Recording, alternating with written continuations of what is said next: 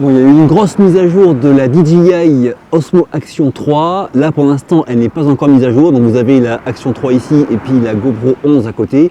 Maintenant, je mets la Action 3 à jour et après, on compare un petit peu ce qui a été amélioré. Alors voilà, là j'ai mis en marche le nouveau mode qualité élevée sur l'Osmo Action 3. Ce mode, en fait, il active le 10 bits qui vient d'apparaître, donc 10 bits pour les couleurs. Ça fait 1 milliard de couleurs, hein. C'est beaucoup plus de couleurs qu'avant, donc moins de banding a priori. Et aussi le HDR qui s'active, ce HDR qui est aussi nouveau sur la Osmo Action 3. Et on va comparer cette image-là avec celle de la GoPro 11 en mode 10 bits aussi, en 5,3K par contre au niveau de la définition sur la GoPro 11. Donc définition toujours supérieure sur la GoPro 11, hein, je suis en 4K sur l'Osmo Action 3. Pour ce qui est du son, j'utilise le DJI Mic qui est sur moi là, et qui est branché directement, enfin le récepteur est branché sur la Osmo Action 3. J'espère que le son est correct avec le bruit des vagues et le vent. Et j'espère aussi que la scène derrière moi est significative pour tester ce nouveau mode qualité élevée avec le HDR et le 10 bits sur l'Osmo Action 3. Mais c'est pas le seul test qu'on va voir aujourd'hui parce qu'il y a plein de nouveautés qui sont apparues sur cette mise à jour sur l'Osmo Action 3. C'est parti. Bon alors pour cette première séquence, je trouve que où qu'on regarde, l'image de la GoPro 11 est un peu meilleure que celle de l'Osmo Action 3 malgré la mise à jour. Je trouve que c'est à la fois mieux défini, plus naturel, bref, je trouve que encore une fois la GoPro 11 garde l'avantage pour ces conditions un peu difficiles de coucher de soleil.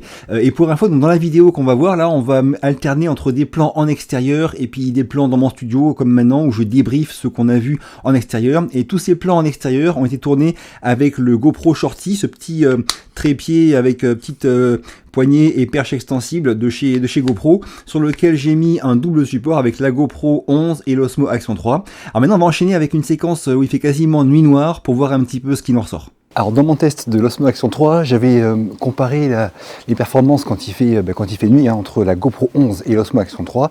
Je recommence maintenant avec cette mise à jour. J'ai mis les caméras dans les mêmes modes qui sont adaptés à des prises de vue de nuit, enfin adaptés du mieux que peuvent leurs capteurs en tout cas. Du coup elles sont toutes les deux en 25 images par seconde, obturation à 1 centième de seconde. Comme je marche au niveau stabilisation, ça fera moins de flou. Et j'ai mis les ISO entre 100 et 800, donc là elles sont toutes les deux à 800 au niveau des ISO. Et voilà un petit peu, on pourra comparer les images de nuit avec une ville un petit peu quand même éclairée entre la GoPro 11 et l'Osmo Action 3. Bon ça je vous avoue c'est vraiment un mystère parce que le capteur de l'Osmo Action 3 est plus grand que celui de la GoPro 11 et en plus de ça celui de la GoPro 11 est quasiment carré, donc on ne garde qu'une partie pour faire le 16 neuvième, donc on a beaucoup moins de pixels, on devrait, et ils sont plus petits, on devrait avoir une meilleure image de nuit ou quand il fait sombre avec la Osmo Action 3 qu'avec la GoPro 11, mais comme je vous l'ai montré dans mon test initial, c'est pas le cas, la GoPro 11 est meilleure, c'est un peu ce que j'appelle souvent la magie de GoPro qui arrive à faire des choses logicielles qui compensent leur petit retard sur le plan matériel, et c'est vraiment le cas de nuit. Alors l'image n'est pas nickel, et oui il y a du bruit, mais on voit bien que sur les bâtiments qui sont derrière moi et tout ce qui est dans la ruelle, c'est bien mieux géré sur la GoPro 11 que sur l'Osmo Action 3. Mon visage, là encore une fois, c'est super sombre, donc pas de miracle, même mon Canon EOS R6 aurait eu du mal, mais ça reste aussi mieux sur la GoPro 11. Bref, pour ces conditions super compliquées qui sont pas du tout adaptées à des caméras d'action, là encore la GoPro 11 s'en sortira mieux et s'en sort mieux que l'Osmo Action 3 malgré la mise à jour. Autre point qui a été mis à jour, c'est la stabilisation avec un nouveau mode qui s'appelle Rocksteady Plus qu'on teste maintenant. Alors pour la faire simple, Rocksteady Plus va un petit peu rogner dans l'image pour stabiliser.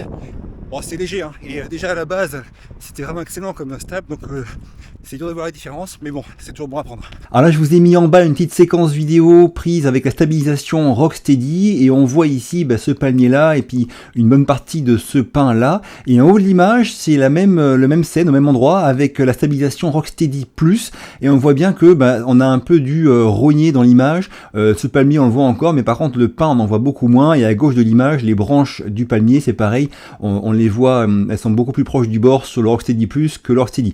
Donc on voit bien que ça rogne dans l'image, et je vous montre maintenant à quel point ça rogne sur ce plan là. Donc voilà, quand on utilise Rocksteady Plus, on va vraiment rogner dans l'image de manière assez forte pour avoir un petit gain en stabilisation. C'est vraiment à vous de voir, mais encore une fois, la stabilisation Rocksteady est déjà excellente et moi elle me suffit largement dans tous les cas. Courte pause pour 3 points. Premier point, c'est que ces caméras, je les ai achetées. Je ne bosse ni pour GoPro ni pour DJI. Je partage juste mon expérience et mon avis sur ces caméras-là. Second point, c'est que je mets des liens sous la vidéo qui sont des liens affiliés pour acheter la GoPro 11 et l'Osmo Action 3 pour ceux qui sont intéressés. Il y a des offres en ce moment intéressantes sur tout ce qui est GoPro d'ailleurs. Et troisième point, c'est que si la vidéo vous est utile ou agréable, pensez bien à me le dire en commentaire, à me défoncer le bouton like, à partager la vidéo, à vous abonner. Ça m'aide beaucoup. On y retourne. Autre nouveauté, c'est la fonction timecode qui permet de synchroniser plusieurs Osmo Action 3 quand on en a plusieurs, pour après qu'au montage vidéo, par exemple sous DaVinci Resolve, on puisse caler nickel les 2 ou 3 ou 4 plans qu'on a de différentes caméras. Ça, moi, ça me sert pas, mais bon, c'est présent maintenant. Alors après, on a la fonction OTG qui permet à l'Osmo Action 3 de transférer des fichiers directement sur un smartphone. Ça aussi, c'est nouveau, c'est pratique, c'est bien. Pour ceux qui se posent la question de la netteté par rapport à la distance à laquelle on est de la caméra, je vous la rapproche de mon visage.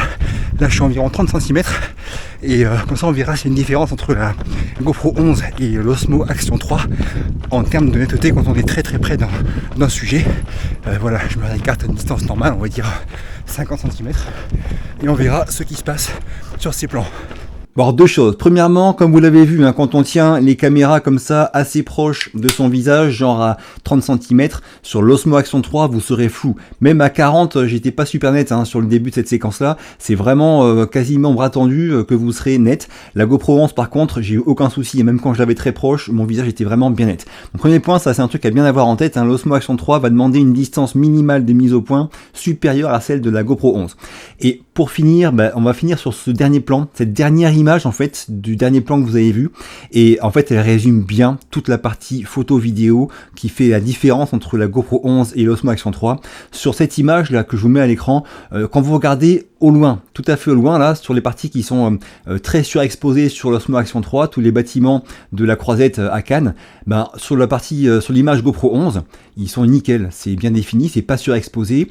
Bref, ça arrive vraiment à gérer super bien les hautes lumières et en même temps les basses lumières sur mon visage, c'est propre, c'est net, c'est bien défini, il y a une bonne couleur de peau, c'est franchement, cette image-là, elle résume bien le fait que la GoPro 11, aujourd'hui, malgré la mise à jour qu'a reçue l'Osmo Action 3, est supérieure en tout point de l'image à l'Osmo Action 3. C'est vraiment ça qu'il faut retenir, c'est que je trouve, selon mes tests et selon ce que je vois sur mes deux caméras-là, que la GoPro 11 est supérieure en tout point de vue au niveau de l'image à l'Osmo Action 3. Alors après, il y a encore des différences, c'est d'une part encore en plus pour la GoPro 11 des possibilités qu'on n'a pas à l'Osmo Action 3, comme j'en ai parlé dans mon test de la GoPro 11, notamment tout ce qui est image de nuit et tout ça, mais aussi le capteur qui est quasiment carré, la possibilité d'avoir des images, de choisir entre le mode paysage ou le mode portrait. Mais par contre aussi, l'avantage de l'Osmo Action 3, comme j'en ai parlé dans mon test de l'Osmo Action 3, c'est que elle, par contre, tout ce qui est logiciel, ça marche super bien. Là encore, tout récemment, j'ai eu des bugs avec la GoPro 11, des bugs. Donc je suis pas arrivé à me connecter à l'application, ça m'arrive très fréquemment, c'est le seul bug que j'ai avec, le reste ça marche très bien, mais la connexion à l'application est un peu capricieuse. Sur l'Osmo Action 3, tout ce qui est logiciel, ça marche super bien, elle est vraiment très très pratique à utiliser, avec plein de choses qui me rendent la vie facile, que ce soit l'accroche aimantée en dessous, ça c'est vraiment génial, quand on en a deux, on n'a pas besoin de tout dévisser et tout, on fait juste clip sur le côté et puis on change la caméra de support, c'est vraiment très pratique. La batterie qui tient plus longtemps et qui résiste mieux à la fois au froid et au chaud, la possibilité de mettre le DJI mic directement dans la caméra pour avoir un son avec un micro externe sans fil. Bref, pas mal de points qui facilitent l'utilisation au quotidien de l'Osmo Action 3, mais voilà, je voulais quand même vous dire que malgré la mise à jour qu'elle a reçue, selon moi la GoPro 11 reste largement devant en termes de qualité d'image. Si la vidéo vous a été utile ou vous a plu, pensez à me le dire en commentaire, à me défoncer le bouton like et à vous abonner, ça m'aide beaucoup. Je vous quitte, à très vite et d'ici là, bougez-vous purée, bougez-vous.